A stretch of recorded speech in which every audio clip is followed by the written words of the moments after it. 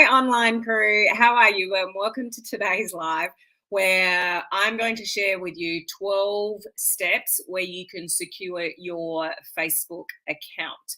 So those of you that are watching on Instagram, I know this is a Facebook topic, but there are a lot of people that are on Instagram that also have a Facebook account. So it's not something, even if you're watching from Instagram, it's not something that you want to ignore regarding Facebook. A lot of you would know, if you were kind of listening to me live earlier in the year, just this year, and we're only in February so far, I've had my personal profile on Facebook cloned, and I've also had my business page cloned. So somebody else has taken my exact branding, my photographs, me, everything, my content, set up a whole new Facebook page, same name, Helen Martin. The way you can tell the difference is I've got 18,000 followers and they've got basically none. And on my personal profile, it's only got a few posts. It doesn't have a lot of posts. But the thing is that people can get in, infiltrate, send you messages. You can open them up, all those kind of things, and it can be risky. So I just want to arm you with some extra steps. Even if you don't do all 12 of these, but you do some of them to protect your account, you're going to be better off. Okay, so I'll get into those 12 at the moment. Now, I just want to share with you guys, if you didn't watch my live from yesterday, you need to. Okay, and here's an update on that. What I spoke about was ChatGPT. And if you don't know what I'm talking about, go and find yesterday's video either on Facebook or YouTube or my free group or Instagram. It's just yesterday's video, because since talking about that, a lot of people have gone to create free accounts and they can't, because they're on a waiting list. So what I would recommend, don't live under a rock and ignore this. This is one of the best tools for you to use moving forward, but just be diligent with checking back in and trying to get on that wait list to get a free account, because it's a game changer as far as social media is concerned. I'm not going to repeat everything that I said yesterday. You need to watch yesterday's video. But if you leave it to the last minute, you're going to miss out, because people are already on a waiting list to create an account. Okay, so just wanted to share that with you. If you are here with me live, please say hello. Let me give you a shout out if you're on, and I will get into these 12 steps. Just before I do, though, do not forget, next week is going to look very different. I'm not turning up live on Instagram at all. I won't be live on YouTube at all. I will not be live on my business page at all. I will only be live in my free Facebook group, which is called Social Media Strategies for Home Business Owners. And we're doing the Attract Prospects with Freebies Bootcamp. So let me just put up, if you are not registered for that, it's completely free. It's all next week. It is, whether is it? Here it is. So it's on the screen on Facebook at the moment at helenmartin.com/attract prospects. Okay, helenmartinonline.com/attract prospects. So all next week, I'm going through the purpose of a freebie, how you can create one. We're going to integrate ChatGPT, which I talked about yesterday, in creating the content for your freebie. This is how you get people to raise their hand that are watching you, that may be a little bit scared to or skeptical to, etc. Okay, so don't miss next week's free boot camp. Okay, just who's here live? Hello, Susan. How are you? Hello, Meredith. Yes, you were fortunate to create an account. Amazing. Well done. Facebook user, if you know you've put the star there, just click the StreamYard link at the bottom of the description of my live. It just means you're watching from my group and I can't see who you are. Hey, Laurie, how are you? Somehow I ended up over on Instagram. So you might have been watching when I was, anyway, it started late on Facebook. Hello, Monica. Lovely to see you here. And we've got Jan. How are you, Jan? Lovely to see you here as well. So let's get into it, our 12 steps. So 1.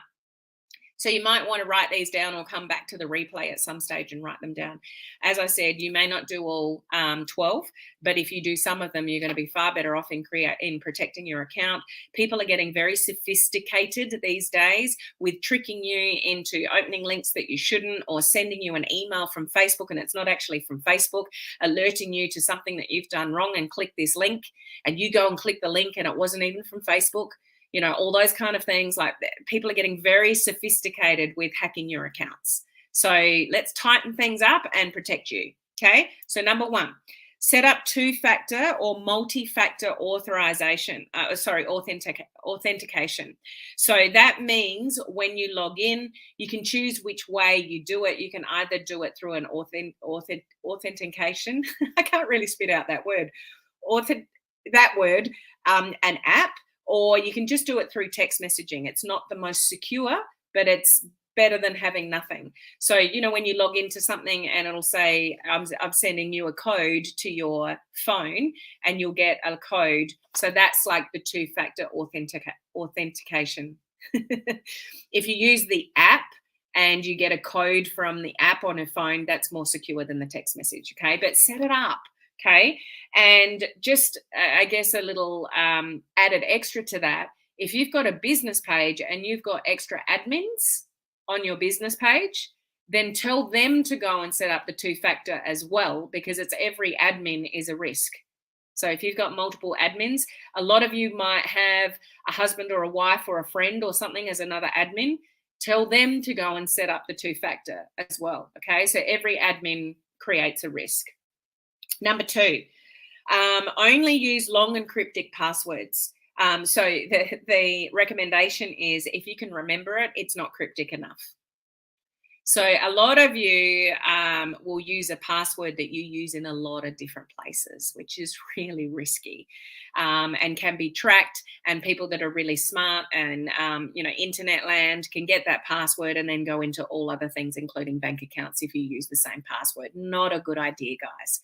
So the recommendation is, if you can remember the password, your password to Facebook, it's not cryptic enough. So have a really good cryptic password into Facebook. Number three, change your password every 3 months.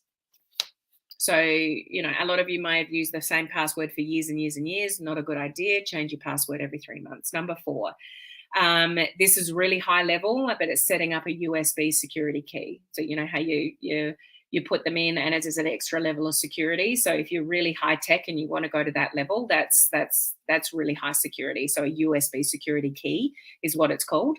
Number five, always use a trusted password tool. How many of you use a password tool? And if you don't know what I mean by that, I use LastPass. There's also another one called 1Password, but that one's paid. LastPass I can use for free. So what it means is, once you get LastPass, so you can create a free account, is that it stores all your passwords in a master account. So if you give, which you shouldn't, that'll come up in a minute, if you give your password to somebody else, you can send them a link from LastPass. So you can have your bank, Facebook, all the websites that you use, you can store all those passwords in a master program called LastPass or 1Password. As I said, I use LastPass because it's free. So when my VA is doing work, if they need to get access to my Facebook or any other program that I use, I send them a link. So stored in LastPass is all my user login details, but I send them a link via email to get access to my Facebook, but they have no idea what my username or password is because it's encrypted. So they click on a link and they can get into it because I've given them permission through my LastPass, but they can't see my username or my password. Okay. So set up your passwords and having a central point to something called LastPass or 1Password, okay, depending whether you want to pay or not. So that's a really good tool that I recommend. And number 6, don't share your login details with anybody unless it's through a link through something like LastPass, okay? So if you're friends with somebody now and you give them their login details to your Facebook to do something while you're away or something like that, and then you're not friends anymore, and they've got your login details and they can log in and delete things and what, just don't ever put yourself in a situation where you're giving your actual login details to somebody, anybody. Use a program like LastPass, and then you can send them a link which is encrypted so they can still get in, but they don't know what your actual details are. Okay. Okay. So number 7, in your notifications for Facebook, enable login alerts. So just select notifications and turn them on by Facebook, and turn them on via email as well. So if somebody's logging in, you're going to get a notification on your Facebook and an email. Really important. That's how I knew someone was about to scam me on Instagram. So do it the same on Instagram as well. For those of you that are listening from Instagram users, or any of you Facebook people that are listening on Facebook, still do it on Instagram. Make sure you've got your notifications turned on, so anybody that's logging into your Facebook or Instagram, you get an alert. That's a really good way to go, oh, okay, somebody's logging in from Dubai. I've got a problem. I need to go and change my password quickly. That's a really good trigger for you before something really goes wrong and somebody infiltrates in your account because they've been able to log in. Okay, without the notification, you're not going to know. So turn those notifications on. Okay. Another thing is you can check through your, the back end of Facebook, your, what do they call them? Login sessions. So let's say you're away and you go to a computer in a hotel. That's, they might have a little room there. They've got a few computers. You log in to check something because you didn't take your computer with you or something like that. So you log into Facebook on, a different computer, or you've borrowed a computer or something like that. If you don't log out properly, it's going to stay as a logged in session, which means the more times that you do that without logging out, because a lot of you will just close it, close Facebook, but you're not actually logged out of Facebook. So go occasionally, periodically go into and have a look at your logged in sessions for Facebook. And if that's on this computer and that phone and an old phone and this old computer and that hotel computer or whatever, log out of those sessions. The more open sessions that you have on multiple devices from multiple locations, you're opening yourself up to big risk. Okay, so you can go in and have a look at your logged in sessions for Facebook and close them. Okay, especially from public or shared computers of any type. Number 9, every now and again, you should go into Facebook and look at the connected apps and website and business integrations.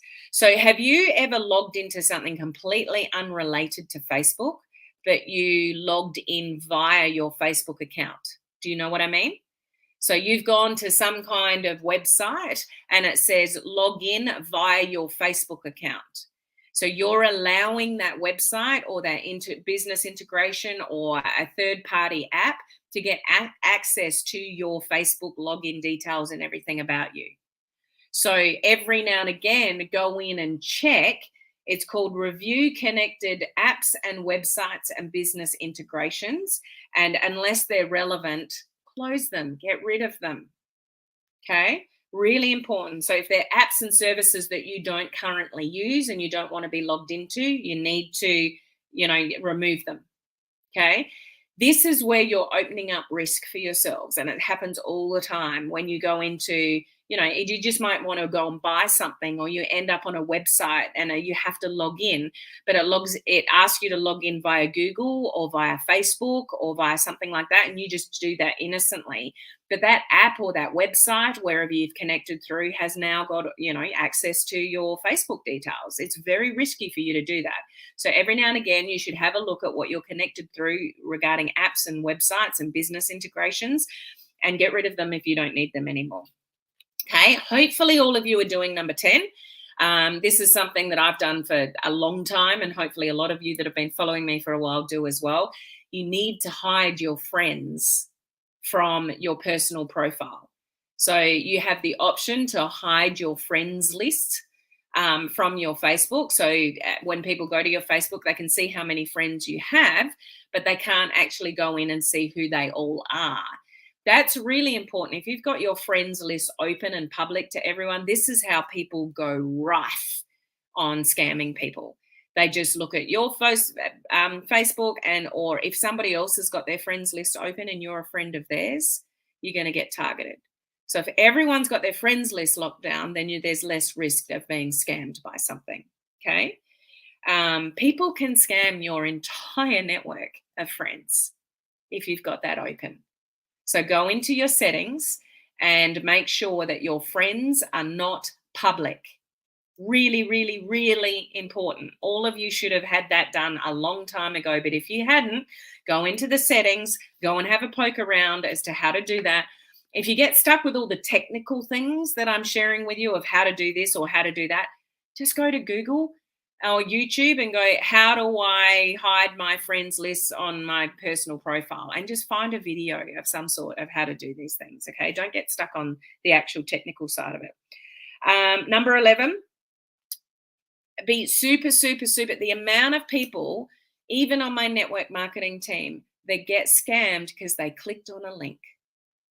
They just clicked on a link. If you don't recognize where the link is coming from, you don't recognize the person that sent you the message and there's a link in it, even if you get a message from Facebook and it says you have violated our policies to, appeal this or something, click here. Especially via email, because people are getting really sophisticated and they look like they're Facebook.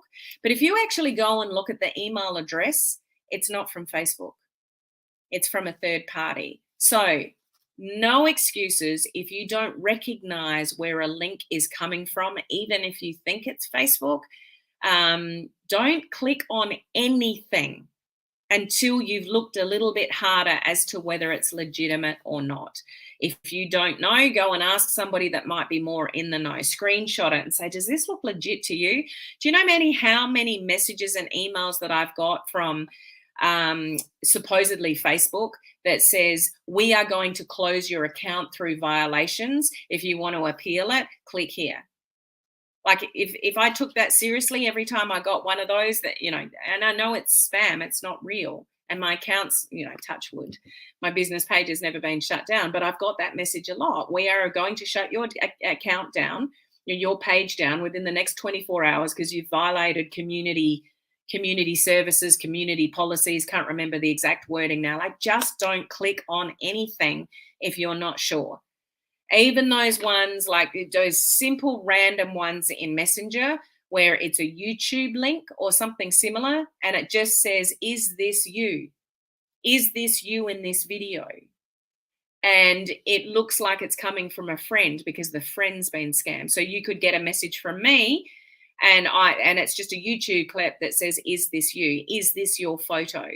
Like, if it's a little bit random, don't open it.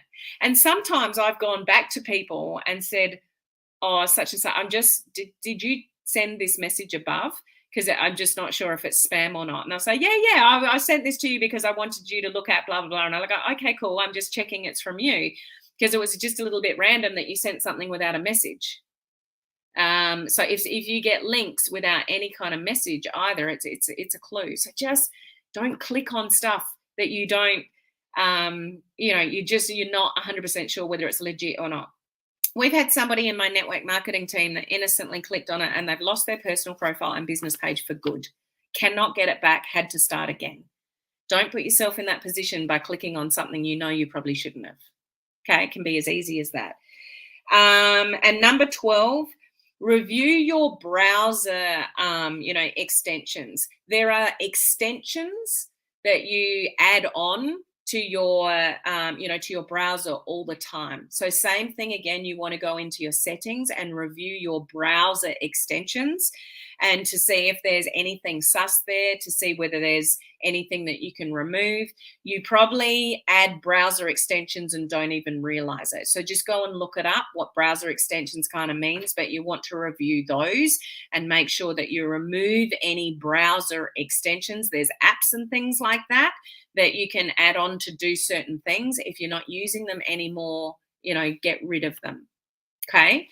So there's the 12 that I've got for you. I hope you go and implement at least some of them, if not all of them, to go and protect, your particular account. People are too sophisticated these days to not go and protect your account. At least put a much more detailed password on your account and put the two-factor authentication. Why do I struggle with that word? On minimum. And those of you that haven't hidden your friends list, go and do that immediately. Okay. So just checking in. So Ford, you tried to get access to GPT and still no go. So keep an eye on it, guys. You want to get access when you can. Thank you for the happy Friday. I'm not sure who it is, but thank you. Hello, Yvette. How are you? Laurie, I'm currently looking at the apps in my settings and there are tons of them, but they all say expired. Do I still need to go and remove them? If there's something expired and you're not using them, go and remove them. They're old, they're expired. You'll know by the name of them, Laurie, if they need to stay there or not. But anything you're not using, you're not familiar with, you're not, the names of the apps don't mean anything to you, go and clean all of that stuff out. The more you have attached with apps and websites and web browsers and extensions, the more risk you are at. Okay. So I hope that's helpful.